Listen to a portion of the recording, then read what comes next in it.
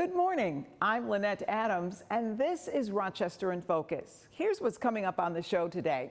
It's National Hispanic Heritage Month, and we pay a visit to the Eugenio Maria de Hostos Charter School. The school on Joseph Avenue is a K-12 dual-lingual school. Both the CEO and the chairman of the board, who is also a co-founder, sat down for a chat and took me on a tour. We'll talk about the school's capital improvement project. Also, this week, Reconnect Rochester wants you to consider leaving your car at home and using a different mode of transportation. It's part of a national campaign. Marketing manager Chaz Goodman stops by to explain what's behind this campaign, the benefits, and share some great alternatives to using your car. And finally today, we are going into our archives to share a second interview with Pauline McCleary. She's the owner of Legacy Makers, a business that's all about financial empowerment and leaving a legacy for our children.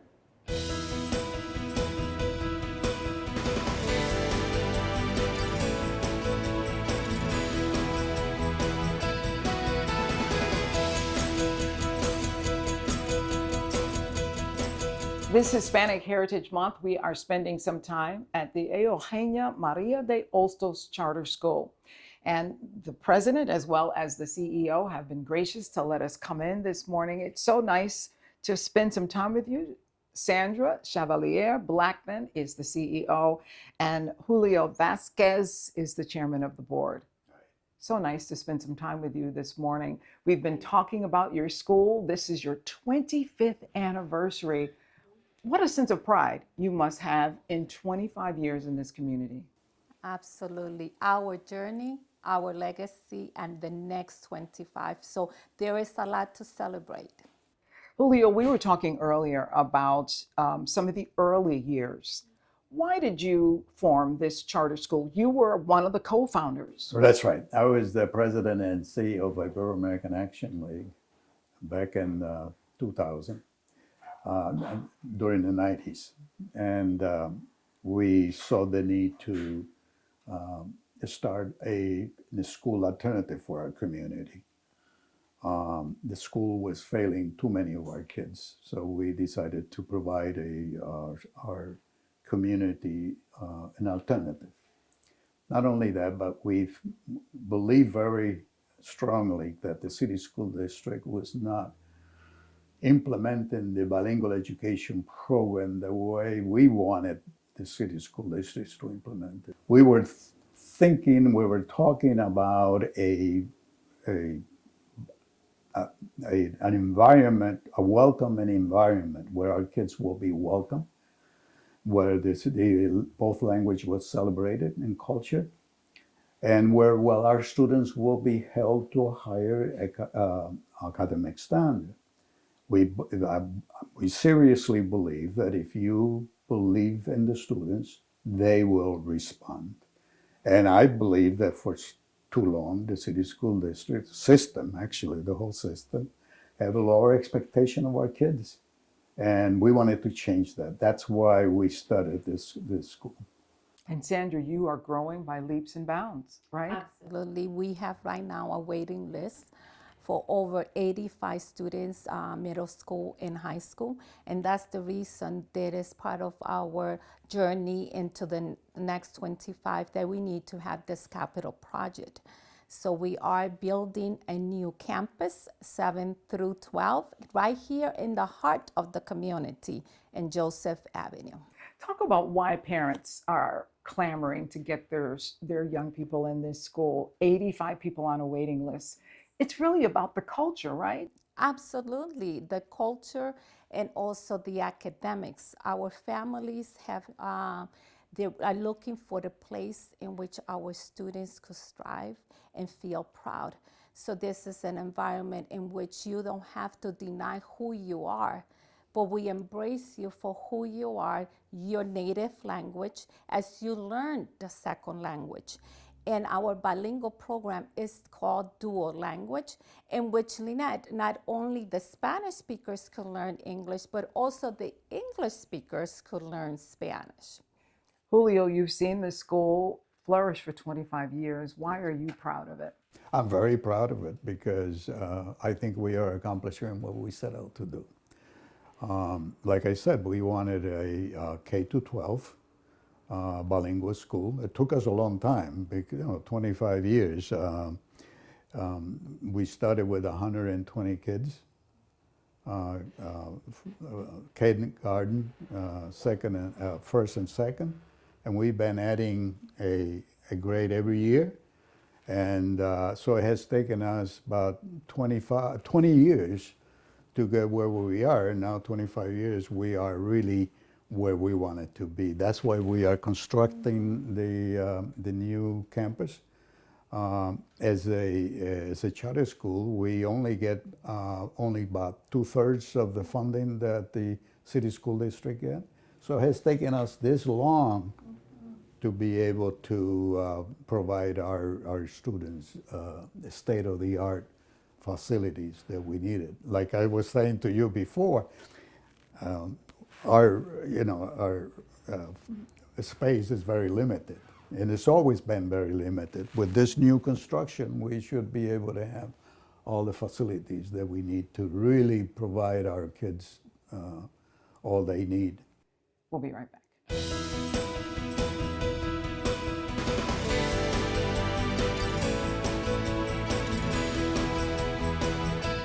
Eugenio Maria de Hostos Charter School is celebrating 25 years in Rochester, and we are talking about it. We are visiting during Hispanic Heritage Month. It is the pride and the jewel of the Hispanic community, Latino community, and it's been 25 years of hard work. I'm talking with the CEO, Sandra Chevalier Blackman, as well as Julio Vasquez, who is the chairman of the board.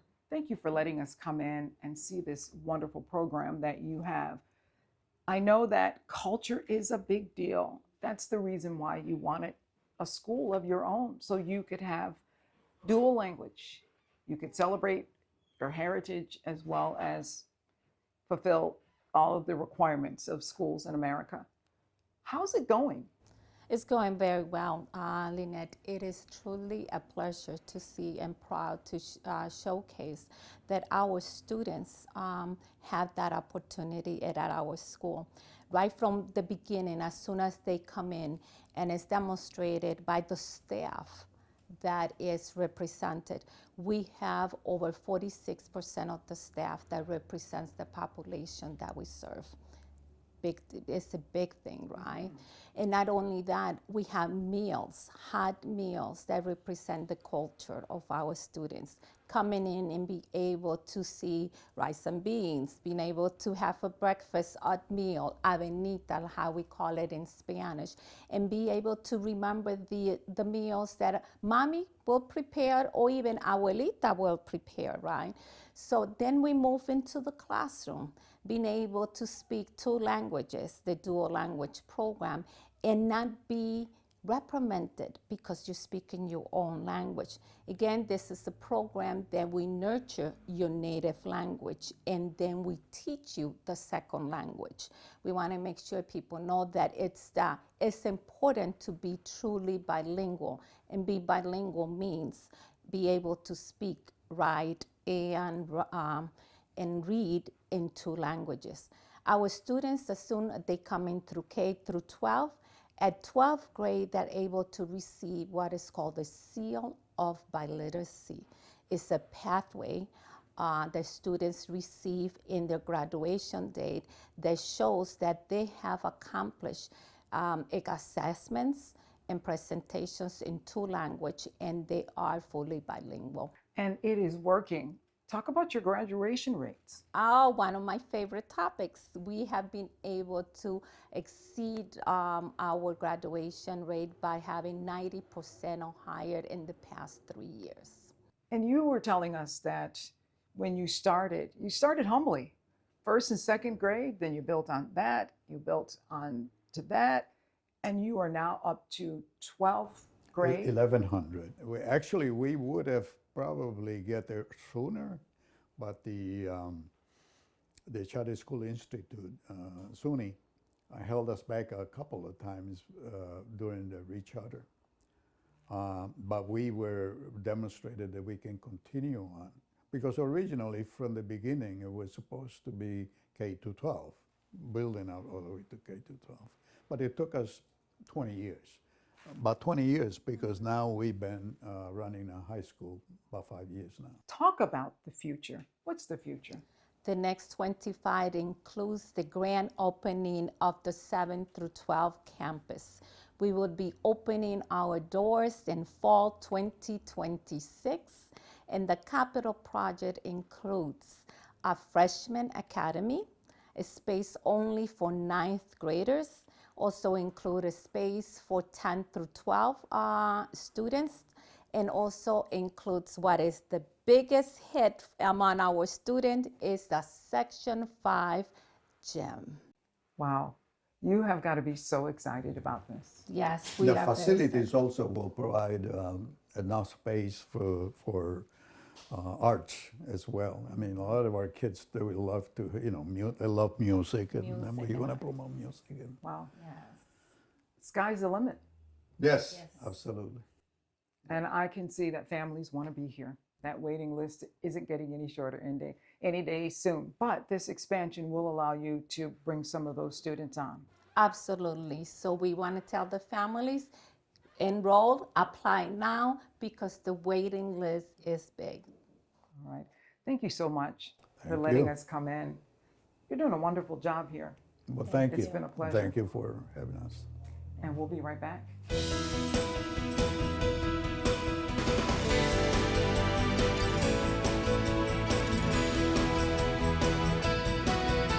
Can you imagine getting around for a week without your car? Well, Reconnect Rochester is challenging you to do that. It's a week without driving. And joining me is Chaz Goodman, who is the marketing manager for Reconnect Rochester, to talk about this initiative and this encouragement for people in our community to go a week without driving. So let's talk about, why should we leave our cars at home and choose another way? Well, there's a lot of benefits to reducing your car usage. Obviously, the environmental benefit, emissions from cars is the #1 source of climate change from individuals. So that's a helpful thing to try and reduce. But there's also the cost of owning a car. It's about AAA estimates it's $12,000 a year just for gas, maintenance, any repairs, insurance, all that elements. So reducing a car, or even going down to 1 car per household, can save you a ton of money. There's community health, getting to know your neighbor, feeling more connected, actually walking on the streets that you use. And then there's personal health, just getting your steps in and just getting your exercise and not just sitting all day. So what are the other recommended ways? You talked about a few of them here, but if I want to try this, what are you recommending? So the nice thing is, anyone who signs up for our local initiative for a week without driving will get daily emails with some guidance and tips, and we'll have a different theme for each day. So there are a number of people who walk to do their errands, and they call it trip chaining, where you can say, okay, I'll go here and get this, then I'll go to the library and pick this up, then I'll go here and do this. That way you're combining them all, so you're not spending all day just going somewhere and going home. Then the next day we'll focus on how our public transit works. RTS has a number of videos and articles on how to use it. There are maps and schedules. There's even a transit app where you can track the RTS bus in real time and see where it is in relation to your stop. So we'll show people how to get around on RTS if they've never done that before. Then we have so much information on how to bike that we have a Rock Easy bike map, which shows all the low stress routes. And we actually have a cycling manager who leads group rides, just getting people comfortable in the city, but he also will do a customized route for you. So if you say, this is my address, here's where I want to go, he can help you find a low stress route where you have minimal interaction with cars to get there. And then we'll also focus on e-scooters and e-bikes. The VO e-scooter program is great. You can just scan your phone and just hop on and use it for a quick little trip. I think those are best for if you're in the city and you need to go somewhere like 1.5 miles away, you get there in just a few minutes. So, yeah. So tell me where this idea came from. This is not just a Rochester thing, right? Yeah, this started in Washington State in 2021, and the point was transit advocates were trying to get people who drive everywhere to see the barriers for people who don't have cars, because we do a lot to subsidize car usage and make it easier. We don't always extend that same gratitude towards people who use transit. So we want more people using transit to see what the challenges are, but also what the benefits are. And with Reconnect Rochester, we are always trying to show people that one less car trip is easier than you think. We're not saying get rid of your car, we're saying let's see what's possible. And what we wanted to do similarly with this, our local campaign, was show the joys and benefits of leaving your car at home, while also bring attention to the barriers that people face so we could make it easier for everyone. So if people want to take part in this through your organization and they want a little bit of encouragement from you, how do they do that? So on our website, reconnectrochester.org, there's a little banner right on our homepage, but you can also go to our /week without driving, and you sign up. All you have to do is give your name and email and the primary way that you get around, and then we'll send you an email each day of the week, so only 7 emails, just giving you some tips and guidance on how to get started. And our main thing is we're asking folks to log their non-driving miles. There are a number of apps you can use that we'll suggest in the email, and we just want to show cumulatively how many people are reducing their miles and how many miles we can reduce when we work together. All right. Well, Chaz, it's a great idea. Thank you. Thank you for coming on and sharing it with us. Absolutely. And we'll be right back.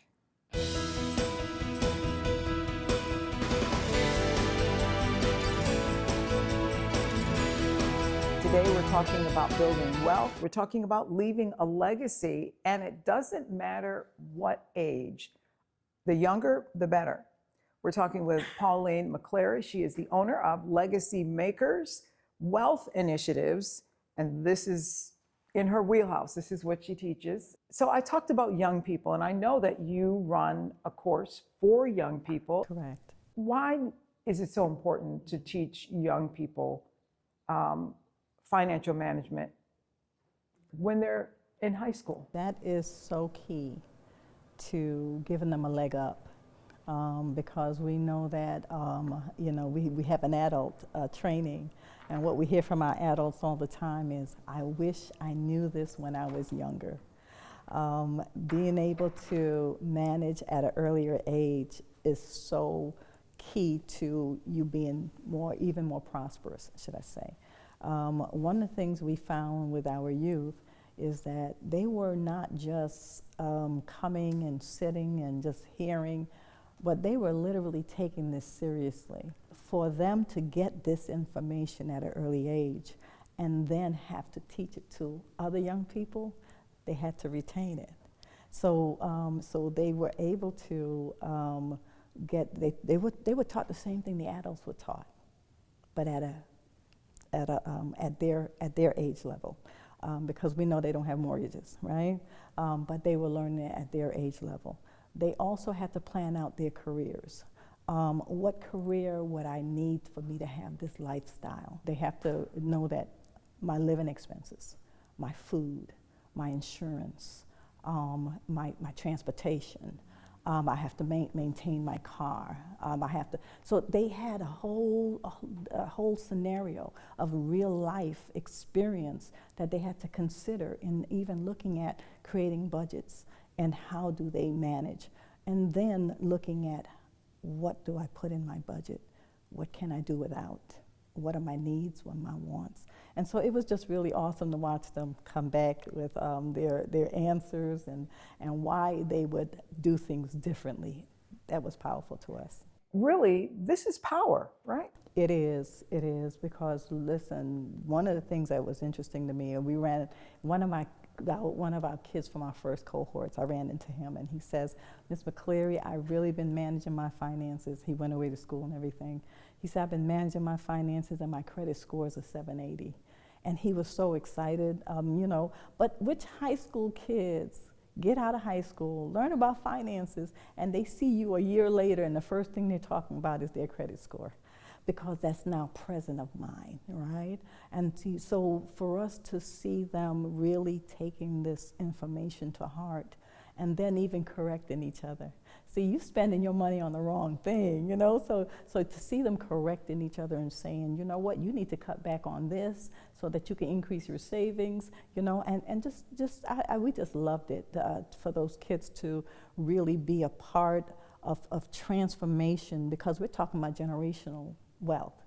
And so now these are kids that was taking it back to their parents. And what was interesting is when we heard the parents coming back to us and saying, do you know our kids are asking us, do we have insurance? They want to know if we have a will. They were asking their parents if they have a household budget. And they said they were even telling their parents that they'll help them create a budget for the household. Even if you aren't young, can anybody build generational wealth? Can anybody leave a legacy? Absolutely. Legacy is not just money. Legacy is not just a house, and it's not just, but being able to, and I'll say this to parents mostly, being able to give your children the tools that they need in order for them to manage their finances well. If you leave them a house, if you leave them a car, if you leave them investments, and you never taught them how to manage well, they'll lose the house. They'll lose the car, they'll lose whatever else that you give them, and they'll spend all the money. But the main thing to us is that they know how to rebuild if they lose, because now they've been taught how to manage, how to build, and how to leave legacy. This is called Legacy Makers Wealth Initiatives. You gotta learn what Pauline is teaching if you want to build wealth and leave a legacy. We'll be right back.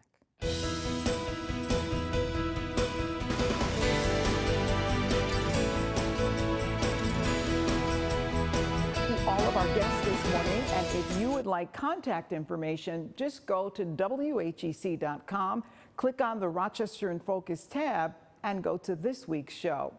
And if you would like to join us as a guest, here's how to reach the show. Well, that's all the time we have. If you're wondering what your neighbors and friends are doing to make Rochester a great place to live, join us each Sunday for Rochester in Focus right here on News 10 NBC. Have a great week.